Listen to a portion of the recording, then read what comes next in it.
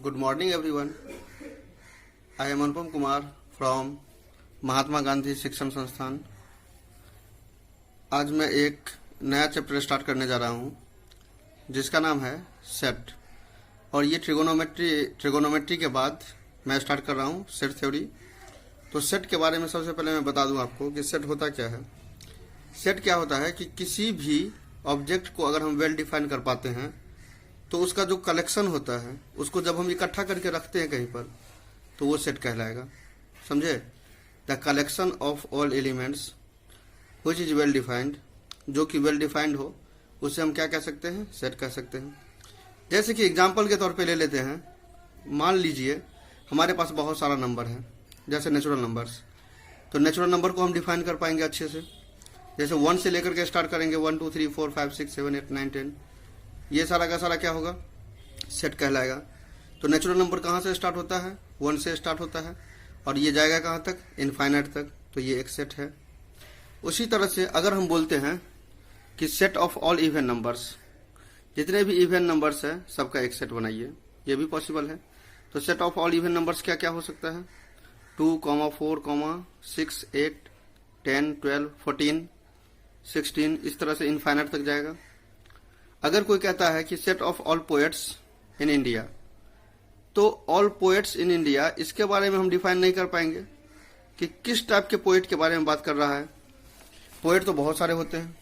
हो सकता है कि कोई साइंस के कोई पोएम लिख रहे हैं उसके पोएट हैं, कोई मान लीजिए राइटर हैं, कोई वीर रस के कवि हैं, कोई देशभक्ति के कवि हैं। तो इस तरह से हम ये नहीं डिफाइन कर पाएंगे कि किस टाइप के पोएट के बारे में हम चर्चा कर रहे हैं यहाँ पे। ठीक है?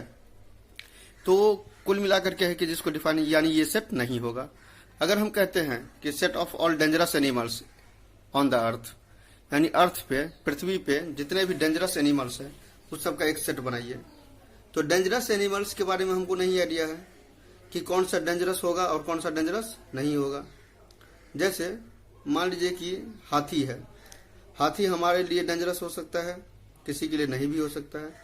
सांप को देख करके हम लोग डर जाते हैं, लेकिन जो सपेरा होता है वो नहीं डरता है, यानी वो डेंजरस किसी के लिए है और किसी के लिए नहीं भी है। तो इस तरह से हम कह सकते हैं कि ये आप डिफाइन नहीं कर पाएंगे कि सारे के सारे डेंजरस एनिमल्स कौन हैं। तो ये सेट नहीं होगा। मान लीजिए कि हमारे सामने में लिखा हुआ है कि set of all best cricketer in the world, जो वर्ल्ड के बेस्ट क्रिकेटर हैं उनके बारे में बताइए।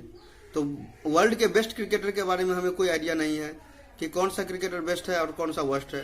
हो सकता है कि जो क्रिकेटर आज बहुत अच्छा खेल रहे हैं, बहुत अच्छे फॉर्म में है, कल के डेट में उनका फॉर्म खराब हो जाए तो उसको आप डिफाइन नहीं कर पाएंगे, तो ये भी सेट नहीं होगा। अगर कोई कहता है कि the best bowler in India, तो बॉलर जो है वो इंडिया में कौन सा बेस्ट है कौन सा बेस्ट नहीं है वो तो समय के हिसाब से काम होगा, इसके बारे में भी हम सेट नहीं कह सकते हैं। लेकिन अगर वहीं पे लिखा रहता है कि the best scorer of the world cup in 2011, तो 2011 में जो सबसे बेस्ट स्कोर किया गया था, जिनके द्वारा जो सबसे ज़्यादा रन बनाए थे, अगर उनका एक सेट बनाना है आप बना सकते हैं। जितने भी मैचेज हुए थे हर एक मैच के बेस्ट स्कोरर का नाम लिख दीजिएगा, वो एक सेट कहलाएगा। तो इसे तो हम डिफाइन कर पाते हैं, तो ये एक सेट होगा। अगर हम कहते हैं कि जितने भी मान लीजिए कि प्राइम नंबर है, प्राइम नंबर के बारे में, क्या ये प्राइम नंबर सेट होगा कि नहीं होगा? बिल्कुल प्राइम नंबर सेट होगा। जैसे 2, 3, 5, 7, 11, 13, ये सब, तो ये सब क्या है? एक डिफाइंड है ना, ये प्राइम नंबर है, तो ये सेट होगा। अब मान लीजिए कि कोई कहता है कि x² + x + 1, इसका रूट निकालिए।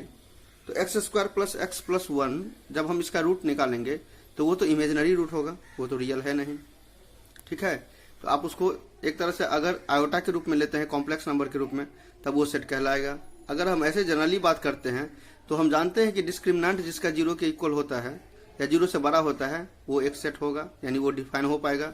लेकिन जो डिस्क्रिमिनेंट अगर 0 से लेस देन 0 है, यानी 0 से छोटा है, उसके बारे में हम डिफाइन नहीं कर पाएंगे, तो वो एक सेट नहीं होगा। ठीक है? तो अब हम कह सकते हैं कि सेट का जो डिफिनीशन है, सेट के डिफिनीशन के बारे में हम बता सकते हैं, the set of all collection of all objects which defined in some specific way, जिसको हम किसी निश्चित तरीका से डिफाइन कर पाते हैं वो हमारा सेट कहलाएगा, और जिसे हम डिफाइन नहीं कर पाते हैं वो हमारा सेट नहीं कहलाएगा। ये हो गया। दूसरी बात है कि सेट दो टाइप का, आप अभी तो वैसे तो सेट बहुत सारे टाइप का होता है, लेकिन फाइनाइट सेट और इनफाइनाइट सेट के बारे में बात करते हैं। फाइनाइट सेट का मतलब क्या हुआ कि ऐसा सेट जो एक निश्चित सीमा तक जाए, जैसे 1 से स्टार्ट करते हैं नेचुरल नंबर, अगर हम 50 तक लिख दें तो ये फाइनाइट सेट होगा। जैसे 1 2 3 4 5 6 7 डॉट डॉट डॉट डॉट 50 तक है तो ये फाइनाइट सेट है। अगर मान लीजिए कि हम 1 2 3 4 5 6 से लेकर के dot dot dot up to infinite कर दें तो ये क्या हो जाएगा, इनफाइनाइट सेट हो जाएगा। तो अब आप समझ सकते हैं कि फाइनाइट सेट क्या होता है और इनफाइनाइट सेट क्या होता है। दूसरी बात है कि सेट को लिखने का दो तरीका है हमारे पास। एक होता है टेबुलर फॉर्म या उसी को बोलते हैं रोस्टर फॉर्म, टेबुलर फॉर्म या रोस्टर फॉर्म। दूसरा तरीका होता है सेट बिल्डर फॉर्म। अब टेबुलर फॉर्म का मतलब क्या होता है कि किसी भी सेट के एलिमेंट को, मैं आपको बता दूं कि किसी भी सेट में जो एलिमेंट है उसको आप एंटिटी बोल सकते हैं, एलिमेंट बोल सकते हैं, ऑब्जेक्ट बोल सकते हैं, आपको जो मर्जी सो आप बोल सकते हैं। आपके पास 3 नाम है, ऑब्जेक्ट, एलिमेंट या एंटिटी, ठीक है। उसके बाद अगर मान लीजिए कि किसी भी सेट के एलिमेंट को डायरेक्ट हम लिखते हैं, जैसे किसी भी कर्ली ब्रैकेट के अंदर यानी मिडिल ब्रैकेट के अंदर में, जैसे हम लिख देते हैं 2, 4, 6, 8, डॉट डॉट डॉट डॉट, तो ये क्या हो गया, किसी भी एलिमेंट को हम डायरेक्ट लिख रहे हैं ना, तो ये सेट कहलाएगा किस फॉर्म में, रोस्टर फॉर्म में या टेबुलर फॉर्म में। लेकिन अगर हम यहीं पर लिख देते हैं मिडिल ब्रैकेट के अंदर कि x such that x is even natural numbers, तो ये इवन नेचुरल नंबर है, इसका मतलब क्या हो गया कि आप इसके प्रॉपर्टी के बारे में बता रहे हैं। तो अगर हम किसी सेट के प्रॉपर्टी के बारे में बता पाते हैं तो ये क्या कहलाएगा, इस तरह से जो लिखने का तरीका है इसको हम बोलते हैं सेट बिल्डर फॉर्म। इसको हम क्या बोलते हैं, सेट बिल्डर फॉर्म। उसी तरह से अगर हम लिख देते हैं x such that x all prime ministers of India, जितने भी प्राइम मिनिस्टर्स इंडिया में अभी तक हैं सबके बारे में लिख देते हैं, तो वो क्या कहलाएगा, सेट बिल्डर फॉर्म। लेकिन अगर हम वहीं पर पूरे जितने भी प्राइम मिनिस्टर्स हैं सबके नाम के बारे में लिख दें, जैसे पंडित जवाहरलाल नेहरू से स्टार्ट करते हुए अगर नरेंद्र मोदी तक जाते हैं, तो ये सारा का सारा कौन सा तरीका है, इसको बोलते हैं टेबुलर फॉर्म। क्या बोलते हैं इसको, टेबुलर फॉर्म या रोस्टर फॉर्म। इसे आप बोल सकते हैं टेबुलर फॉर्म में या रोस्टर फॉर्म में। तो ये है, आगे जो भी तरीका है अगले लेक्चर में बताऊंगा, ठीक है।